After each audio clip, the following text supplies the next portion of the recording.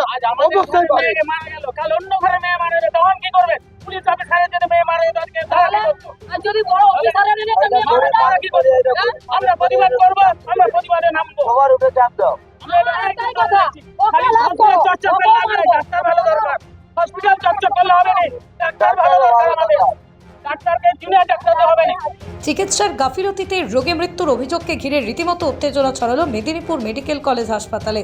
সঠিক সময় রোগীর কোনো চিকিৎসা করা হয়নি বলে অভিযোগ করেন পরিবারের লোকজনেরা।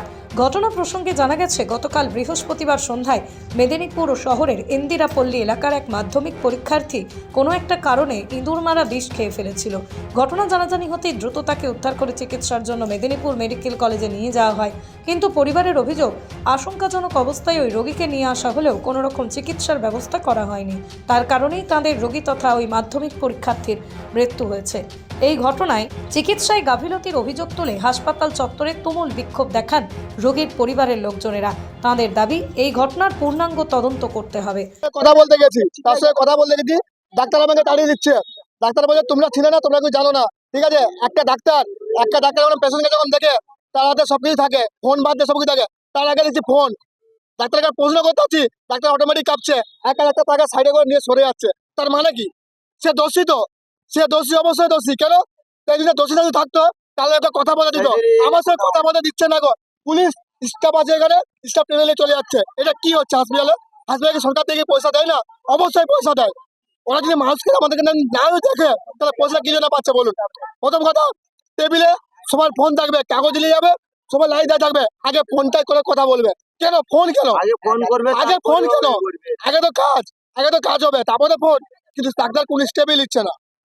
এইটা প্রতিবাদ আমার দরকার, এটা আমার প্রতিবাদ চাই। হুমকি আমাদের সবাইকে দেওয়া হয়েছে, আমাদের হুমকি দেওয়া হয়েছে। মারা গেছে তার ফ্যামিলিকে দেওয়া আছে, তার ওয়ার্ডের লোককে দেওয়া আছে, তার ডাক্তার বলছে কিছু করতে পারলে করে নিবে চলে যাও। মানে কি? ডাক্তার মনে করবে মানুষকে মেরে দিব, কিছু করে নিবে করে নিবে চলে যাও। আইন আছে তো, আইনের সামনে ওরা বলছে যা করে করে নিবে চলে যাও।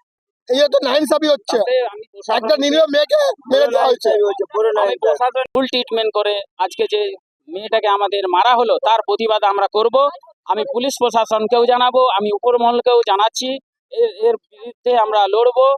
এর ডাক্তারের আমরা শাস্তি চাই, যা ক্ষতিপূরণ আমরা চাই, না তো আমাদের সব শান্ত ছেলেগুলো অশান্ত হয়ে যাবে।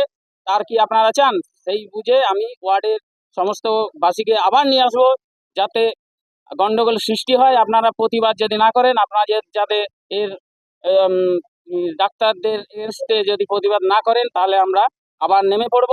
এই সমস্ত ঘটনা এর আগেও ঘটেছে, আর যেন কারো ঘটনা না ঘটে। ভুল ট্রিটমেন্ট করে, ভুল ইঞ্জেকশন দিয়ে মেয়েটাকে মারা হয়েছে। কেন মারবে? এই প্রতিবাদ কেন করবে? এইভাবে মারা উচিত হয়নি। আমি আমার 24 নম্বর ওয়ার্ড থেকে বলছি, সবাইকে শান্তভাবে এখনো রেখেছি। কি করছে দেখুন। আমি চাই যাতে শান্তিপূর্ণভাবে সরকারি জিনিস নষ্ট না হয়, তার জন্য আমি এখানে আছি, আমি থাকবো। হাসপাতালের পক্ষ থেকে ক্যামেরার সামনে কেউ কোনো প্রতিক্রিয়া না দিলেও জানা গেছে হাসপাতাল কর্তৃপক্ষ এই বিষয়টির তদন্তের নির্দেশ দিয়েছে এবং তদন্তে যদি কারোর কোনো দোষ পাওয়া যায় তাহলে তার বিরুদ্ধে কঠোর পদক্ষেপ নেওয়া হবে।